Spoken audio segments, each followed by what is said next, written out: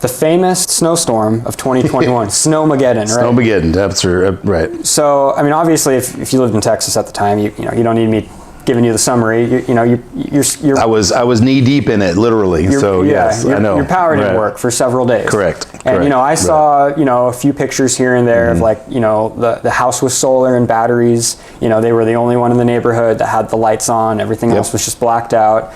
And so I think Snowmageddon really kind of was the catalyst for a lot of these people that are kind of like waking up, and they're like, oh, especially Texas, the state of, that preaches independence, right? You'd think that even on a household basis, it's the most American thing I can possibly think of is like not relying on someone else to have your energy. I mean, in my mind, that's the American way. It's kind of common sense, right? I mean, so to me, it makes perfect sense. And so I think that along with and you can kind of tell me a little bit more about the rates going up, because over the last few years, I've been getting so many calls from people in Texas that are like, hey, my bill last year was like $100, and now all of a sudden I'm paying $250, and they're like literally saying it doubled or even more than doubled.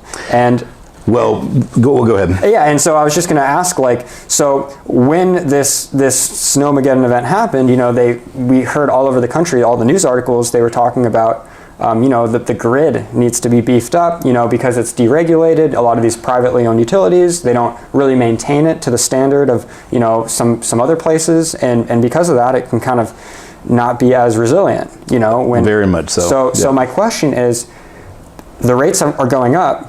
Are they actually fixing the infrastructure, or what is really going on here? Yeah, so I happen to live in a utility that again, we don't need to, I'm always cautious because I'm very well known locally here. I don't want to purposefully step on anybody's toes, but we found out during the winter storm that our particular utility company still had transformers in service that were over 60 years old.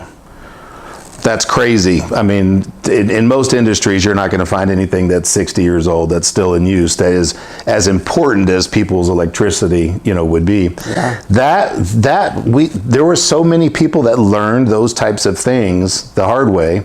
It was a huge eye opener, and people were asking themselves, how is it possible that we get a snowstorm and this kind of horrible thing happens? There's some people that were without power, 10 days, 12 days. We were without power intermittently for almost 12 days ourselves. And I can tell you, funny story, of all of the years of being in solar, my phone rang more during that 2-week period of time than probably the rest of the years combined. I'm being a little facetious, but I literally sat in the dark with my laptop on using my phone internet, and I would charge it in the truck for people calling that I had given a quote to maybe months before. Working out of your truck? They're literally working out of a truck, and they were literally like, hey, Larson, we appreciate the fact that you told us the truth a while back. Now we see what you were talking about. We want to go ahead and sign up. Now, I couldn't put it in fast enough. Obviously, you can't sit there and say, all right, I'll be over there tomorrow and I'll put in a battery system. So we sold out of batteries in 3 days during that period of time, sold 150 batteries as an office, and I sold probably 50 of those just from people calling and saying, hey, I want to go ahead and add it on, please. I know it's not going to happen for this purpose, but if this happens again, I want to add that on. I don't always recommend batteries, though, and we can have that conversation. But to go back into the beginning of the question, about the rates changing, they're changing faster than I've ever seen them change before. And I think what's happening is people are becoming a little bit used to it because of everything that's going on politically and economically.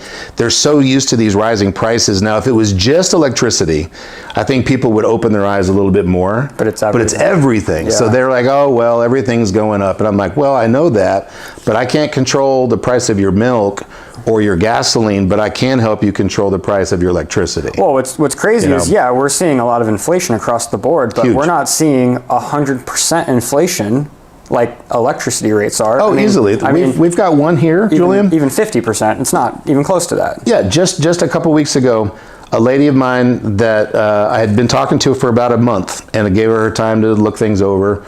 She got a new bill. She went from 17 cents to 34 cents. That's crazy. That's one of the highest. That's crazy that here. Doubles. And she was like, I'm in. I'm not going to deal with this, this crap. And I'm getting those types of phone calls more and more from people that I may have spoken to a year ago, 6 months ago, that we never pushed into anything. And then they're coming back to us saying, wow, we should have listened back then, but now that we're seeing it for ourselves, let's go ahead and get in so we can get in front of that curve of these crazy, crazy prices. Yeah, they're getting out of control. So simply, do you think this is going to happen again? Do you think there's going to be a Snowmageddon too? Or do you think that was just truly a one-off? No, it will happen again for sure.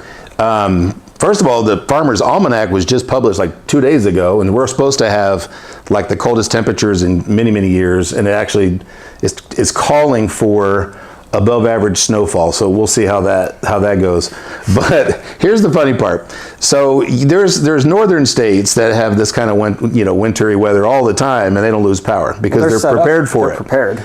We are not prepared for it, and nothing has changed over this last number of years from then until now. Nothing, zero, nada, no matter who says what, there's nothing different. And one of my customers who works for the state, they create a lot of these substations, and he put a $200,000 system in at his ranch, and he's the supervisor for one of the contractors for the states that build these. And he's like, I don't trust these, and I build them. There's just no way that this is ever going to work. And so, yeah, people who have a mindset to think ahead, they may want to go ahead and put batteries in. Again, we can discuss that to see if it's worth it from a financial standpoint. Sometimes it's more of the mindset of a prepper mentality, where it's worth the X amount of dollars per month to have it, just to know it's there. But that's all relevant to the individual customer, whether it's worth doing that or not. 100%.